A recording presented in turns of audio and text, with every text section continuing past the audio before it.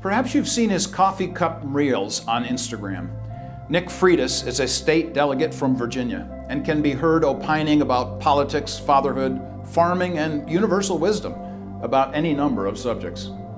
Discussing the reels Freitas does on Instagram, I recently remarked, someone could teach a course on logic by watching these brief video arguments. I was thinking of the coffee cup wisdom of Nick Freitas as I was reading Paul's book of Romans and his book of Galatians.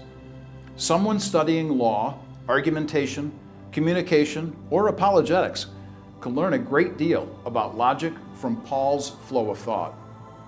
Indeed, the book of Romans has been used in law schools as a primer on courtroom argumentation.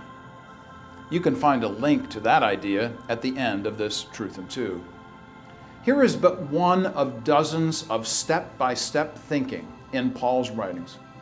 In Romans 10, we hear the importance of evangelism, preaching, and salvation. Paul writes, quote, "Everyone who calls on the name of the Lord will be saved. How then can they call on the one they have not believed in? And how can they believe in the one of whom they have not heard? And how can they hear without someone preaching to them? And how can anyone preach unless they are sent? As it is written, how beautiful are the feet of those who bring good news." End quote. Notice Paul's declaration. If you call on the name of the Lord, you will be saved. He then explains what belief that salvation is based on, how that belief is heard, and how hearing happens through preaching. If you want to learn how to think with coherent consistency, read the Apostle Paul.